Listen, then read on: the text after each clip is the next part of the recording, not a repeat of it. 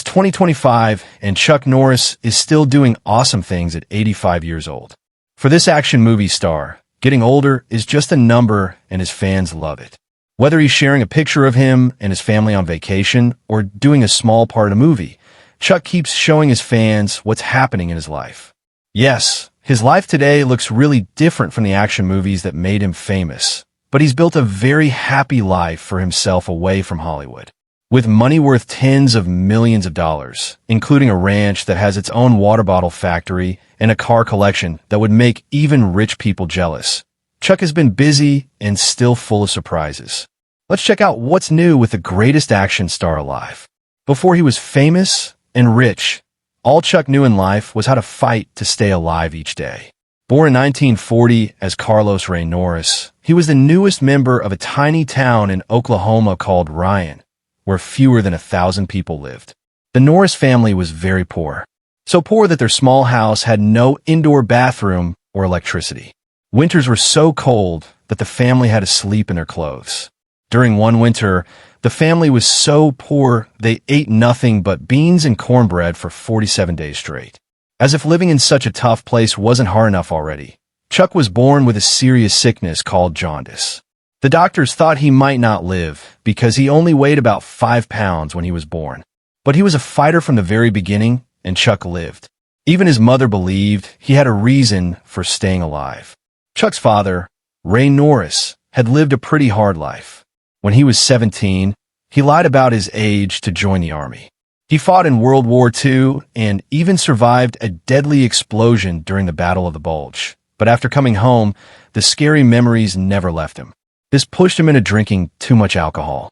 By the time young Chuck was 9 years old, Ray was drinking 2 bottles of whiskey every day. On one Christmas Eve in the early 1950s, he was so drunk he crashed the family's only car into a pole. Over the next 12 years, Ray jumped from one job to another, more than 20 in total. He worked as someone who fixes cars, a bus driver, and a truck driver. He drove across almost every state in America and covered hundreds of thousands of miles. But he still never made much money. He often worked 14-hour days and sometimes had 3 jobs at once. To help the family, his wife worked as a waitress making $35 a week. Ray's drinking problem didn't look like it was going to help the family get out of being poor. And this, along with other problems, caused Chuck's parents to get divorced. At this time, Chuck was 12 years old and had already started helping out. He helped with money by taking on any job he could. Whether it was delivering newspapers, shining shoes, or working in the fields, Chuck would do it. When he got a job at a grocery store where he made $12 a week, the young boy had to walk almost 8 miles every day to work. After his parents got divorced, Chuck turned 13, but his father did not come and instead mailed him a wrinkled $5 bill. As a teenager, Chuck kept that bill for many years to remind him of what he never wanted to become. In school, he was very quiet.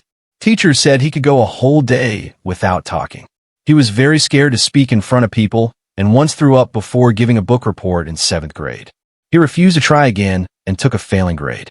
He also stuttered so badly that he avoided certain letters when he talked. When he was 15, he was only 5 feet 2 inches tall and weighed less than 100 pounds. Police officers often picked on him.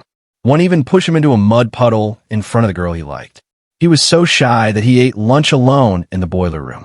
In his last year of high school, the class photographer asked him to step aside, not knowing he was actually a student. Chuck would later say that he was almost invisible during his high school years. However, things began to change when his family moved to Torrance, California. That year, his mother finally left his father for good. The new life in a new city wasn't any easier. The family lived in a small 2-bedroom apartment with very little money. Chuck kept working part-time jobs to help support his family. Unfortunately, he was still struggling in school. He failed his first public speaking class and never joined sports or clubs. But Chuck would later say that something amazing happened in high school. It was at one of the school's Christmas dances that he met his first wife, Diane Halchek. Chuck was 16 and Diane was a cheerleader. Somehow he found the courage to ask her to dance.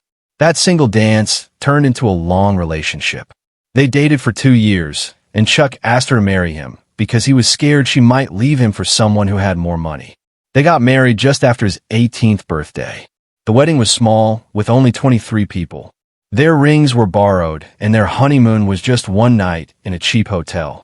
At that time, Chuck had already joined the Air Force, and 8 days after the wedding, he left for duty. He joined the military because he felt trapped, especially after his drunk father caused a big scene at his graduation. With only $300 to his name and a new wife to support, the pressure was a lot. And this made Chuck fail his first military test. Luckily for him, during a time when they needed people, he was accepted as an air policeman because it was one of the few jobs available for new people without special training. He failed the fitness test twice and got into trouble twice in his first 6 months. For someone who would go on to be a world-famous action star, Chuck had never fought anyone before joining the Air Force. In fact, in his first fight training, a smaller opponent beat him in just 12 seconds. But that was all going to change. In the late 1950s, Chuck was sent to South Korea, where the local people had trouble saying his real name, Carlos, and they began calling him something that sounded like Chuckles. His commander heard this and made it shorter to Chuck. That was the first time the name stuck. Chuck even asked if he could keep his real name on official papers, but they said no. The officers said nicknames help people feel better. One night, while feeling lost, Chuck walked into a judo school. A smaller teacher beat him badly, but something inside him clicked. He came back the next day and began training seriously in martial arts under a Korean teacher. The martial art he studied in South Korea was Tang Soo Do. By the early 1960s, his time in the military was over, and he came back to California with a black belt and a dream. After coming back to the U.S., he learned from teachers of different martial arts styles.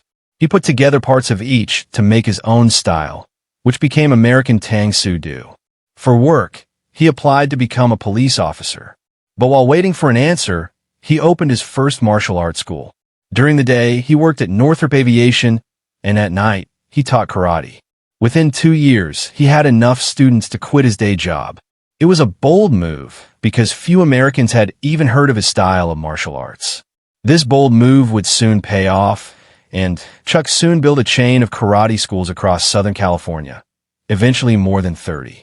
Famous people like Steve McQueen, Bob Barker, and even Priscilla with a growing family. Chuck knew he needed to make more money. That was when he turned to tournaments. At first, things did not go well. He lost several matches early on, but instead of giving up, these losses made him more determined. Back in the tournament world, everything began to change. In the late 1960s, Chuck started winning. He beat top fighters and was adding new moves to his skills. Chuck was no longer just a teacher. He was becoming a true champion. In early June of 1967, Chuck entered a karate tournament where he fought and beat 7 opponents in one day. Only a few weeks later, he traveled to New York and won another big victory at Madison Square Garden. It was here that Chuck met Bruce Lee after winning a major competition. Bruce had been there giving a demonstration. Their conversation turned into a friendship and later a respectful rivalry. For the next 2 years, they trained together in Los Angeles. And even Bruce Lee would later say Chuck helped him get better at his kicking moves. By the time he stopped fighting in 1974, Chuck had never lost a professional middleweight fight. He had completely changed the way karate was seen in America. With his growing fame, many people wanted to learn from him, including famous people. His karate schools produced more than 300 black belts. His influence as a teacher became just as important as his record as a fighter. Steve McQueen, one of his most famous students, told Chuck to try acting when money got tight. Still, Chuck did not just walk into Hollywood. He had to fight his way in. In the early 1970s, Bruce Lee himself called Chuck. Bruce needed a real fighter to play the bad guy in The Way of the Dragon, and Chuck said yes. The movie broke records in Hong Kong and pulled in well over 100 million worldwide. Their final fight scene became one of the most famous battles in movie history. That 10-minute battle became a classic. Chuck had gone from being a stuntman to a star. Steve McQueen had already pushed his teacher to try acting. Now he believed Chuck had more to offer than just fight scenes. McQueen told Chuck to take acting classes. Chuck listened because he wanted roles with real stories. 1 year later, he starred in Good Guys Were Black. Movie companies did not want to touch it, so the producers tried something bold. Chuck went on a massive publicity tour, giving over 2,000 interviews in a single year. He worked so hard that he landed in the hospital with a sore throat. But that incredible effort paid off. The film made more than $18 million on just a $1 million budget. After that hit, Chuck did not slow down. He starred in several successful action films throughout the late 1970s and early 1980s. In 1984, Chuck signed a major deal with Canon Films. His first project, Missing in Action, changed everything. Chuck dedicated the movie to his brother who had died in Vietnam. The movie ended up doing so well that they made sequels. This was when Chuck turned to TV shows. After he had said no to doing it for a while, he had finally found the right show. Walker, Texas Ranger. As Cordell Walker, Chuck didn't have to get inspiration from far away. The character was a lot like himself, part Cherokee, part Irish, a Vietnam veteran, and a martial artist. The show itself was filmed only a couple of hours from Chuck's home in Texas. Walker, Texas Ranger delivered great stories, much-needed moral lessons, and plenty of roundhouse kicks. The show eventually lasted 9 seasons with more than 200 episodes. Chuck was more famous than ever, but his personal life was not perfect. In the late 1980s, his first marriage ended after almost 30 years. Still, Chuck didn't give up on love, and in the late 1990s, at 58 years old, he met Gina O'Kelly during a dinner. The very next day, she was on the set of Walker, Texas Ranger, and soon they began dating. In the early 2000s, when Chuck was 61, they got married.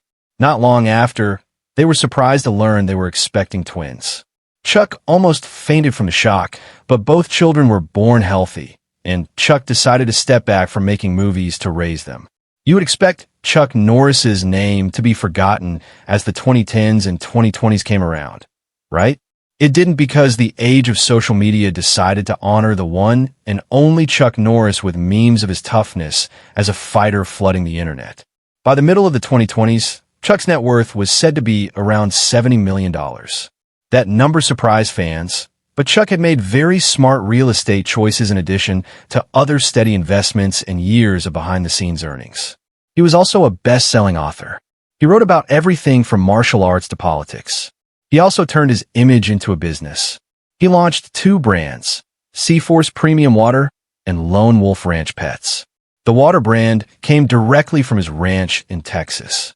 The pet food company was created with his wife Gina and inspired by their dogs. Then there is Lone Wolf Ranch in Navasota, Texas. It is not just his home, it is also where Seaforce water is bottled. The ranch has a massive bottling plant, a martial arts training hall, and even a private lake. The property covers tens of thousands of acres and is designed to be self-sufficient, just like the man himself. Chuck Norris fought for life when he was born, and the man kept fighting until he got everything he wanted. Now he is fighting aging, and knowing him, he would probably win.